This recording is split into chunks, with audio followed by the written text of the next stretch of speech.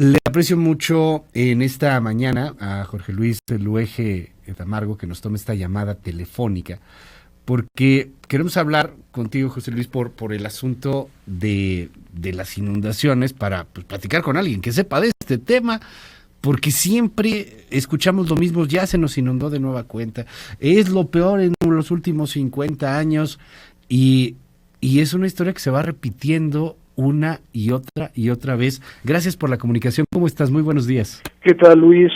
Mucho gusto, muy bien. Saludarte a ti y a todo tu equipo. Buenos días.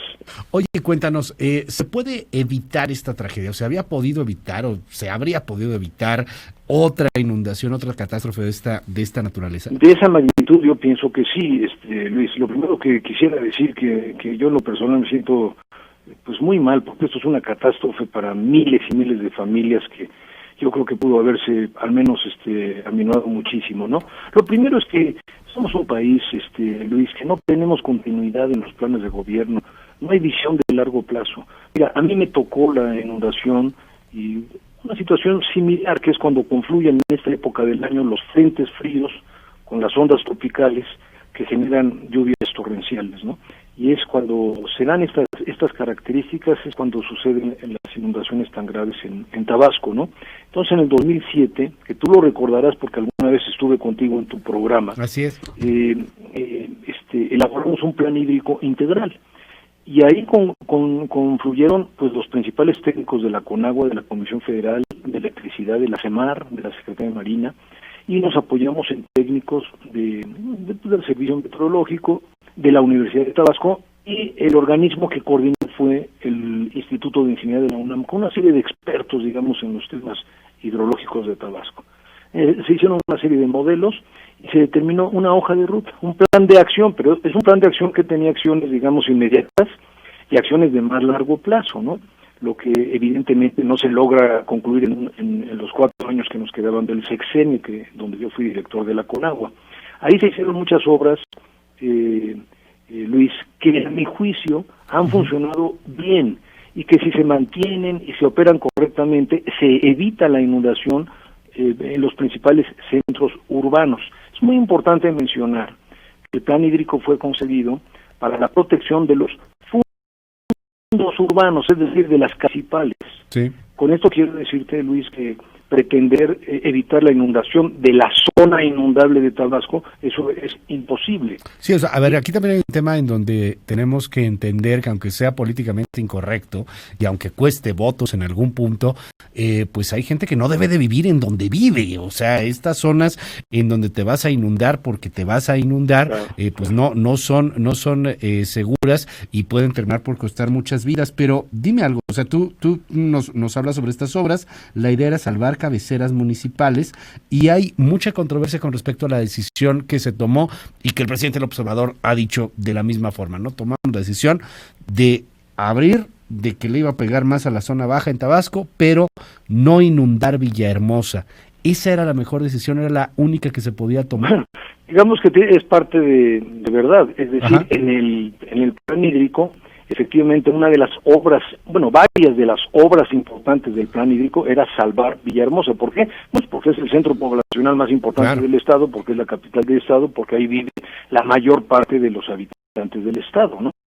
Entonces, evidentemente tienes que proteger Villahermosa, pero no quiere decir que esto sea para inundar otras, en la parte bien, antes en Nacajuca, en Jalpa, en Paraíso, en Centla, para proteger las zonas urbanizadas del centro de lo que es la cabecera municipal. Pero tú tienes razón, todas las zonas, digamos, vamos a llamarle rurales, que son potreros, rancherías, pastizales, la mayoría están en zonas inundables.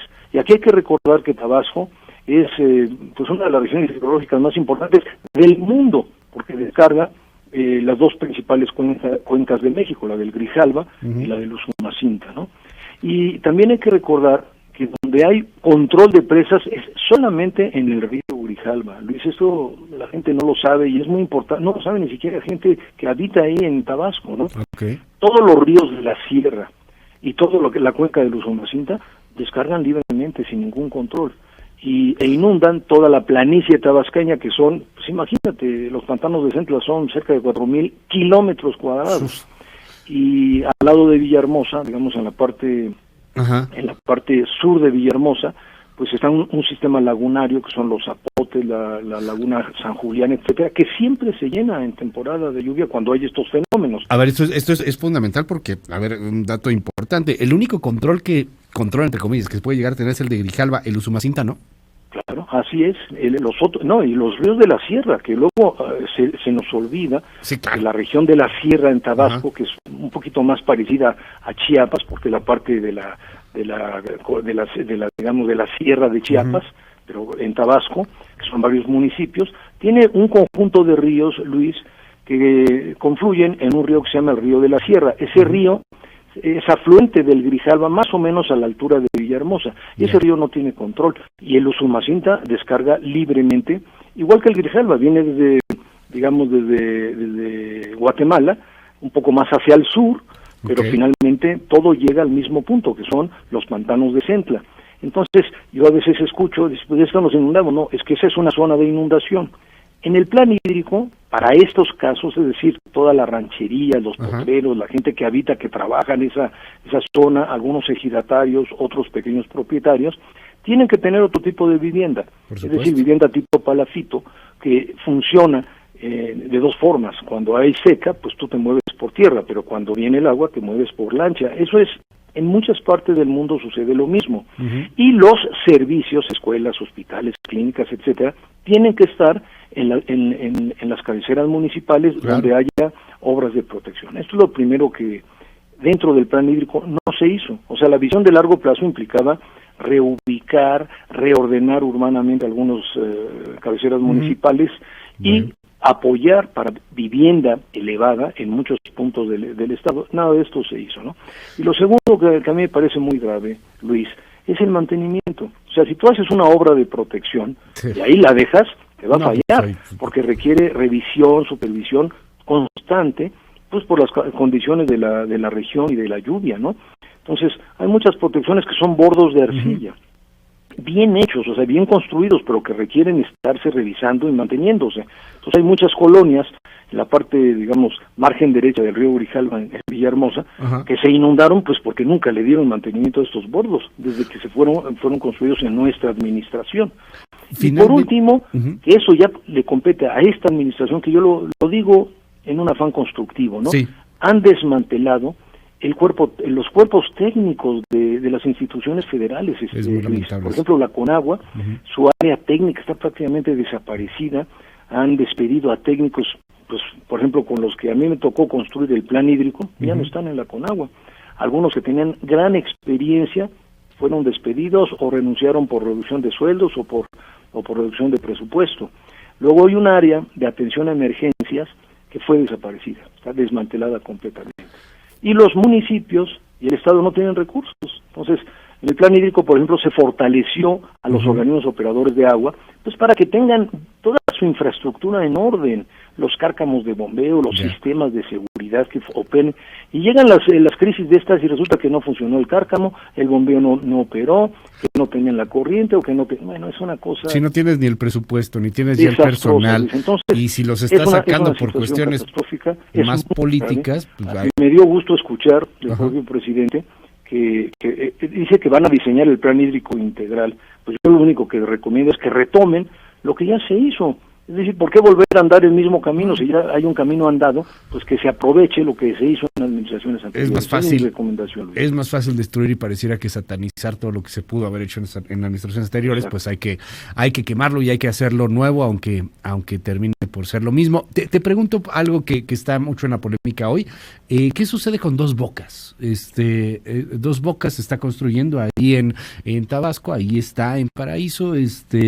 Hay por gente que dice, es que a lo mejor hicieron todo esto para salvar Dos Bocas y por eso inundaron la parte baja. ¿Tú qué opinas? Sí, que no me parece lógico. Mira, tuve la oportunidad precisamente a raíz de esta catástrofe del 2007 de estar muy frecuentemente en la zona de Dos Bocas, ¿no? Yo lo que te diría, lo primero es, el sitio es el más vulnerable del mundo. Es decir, la elección del sitio para una refinería, en lo personal, me parece un error. un error de ubicación, porque el sitio está, digamos, a merced de los huracanes por el frente del Golfo, porque esto está exactamente en la desembocadura de Dos Bocas, y por la retaguardia le llega toda el agua, precisamente del Usumacinta y del Grijalva, ¿no? Esa hipótesis que le he escuchado en algunos comentarios no me parece lógica, porque dicen que una estructura que se construyó en el Plan Hídrico Integral que se llama El Macayo, es una estructura de control que está después de la presa Peñitas, solamente en lo que es el sistema Grijalva, ¿no? Están las 4 grandes presas, desde, digamos, Angostura, Chicoacén, Malpaso, Peñitas, y después de Peñitas, antes de la ciudad, se construyó una estructura de control que puede derivar hacia otro río que se llama Samaria, que está por la parte norte de Villahermosa, y que ese río efectivamente descarga directamente a la planicie tabasqueña, a los pantanos de Centla. Entonces, el argumento sería contrario, ¿no? Porque la refinería está en frontera, cerca del paraíso, justamente donde está la inundación de los pantanos de Centla, ¿no? El delta, digamos, de desembocadura, tanto del Grijalva como del Usumacinta. Entonces, si esa fuera la teoría, afectaría más, en teoría, a Dos Bocas. Eso me parece que es contraria el argumento, ¿no?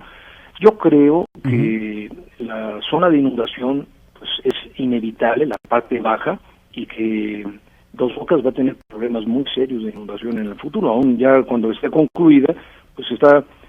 recuerda también que Dos Bocas se construyó sobre una zona de manglar, y el manglar es un área de protección frente a huracanes, es decir, en todo caso, la construcción debe hacerse atrás de los manglares, no sobre el manglar. Va a ser vulnerable a inundación, pero también a ciclón, pero también a tornado. El manglar es un área que siempre te da una protección frente a los huracanes. Sí, destruir el manglar nunca es una muy buena idea. Es quedar completamente vulnerable frente a los huracanes. Entonces, Dos Bocas es vulnerable a los huracanes y vulnerable a las inundaciones por los escurrimientos de lo que se considera uno de los sistemas hidrológicos más importantes en el mundo. Es el 7º a nivel mundial, el sistema Grijalva-Usumacinta. Entonces, el sitio es inapropiado. Pero yo no creo que haya habido una acción deliberada, no lo veo lógico de acuerdo al plan hídrico, ¿no? José Luis Luege, te aprecio mucho que nos has tomado estos minutos aquí en MBS. Estoy a la orden, Luis, y muchas gracias y felicidades también, y nuestra solidaridad con tanta gente afectada. Claro que sí. Gracias, José Luis.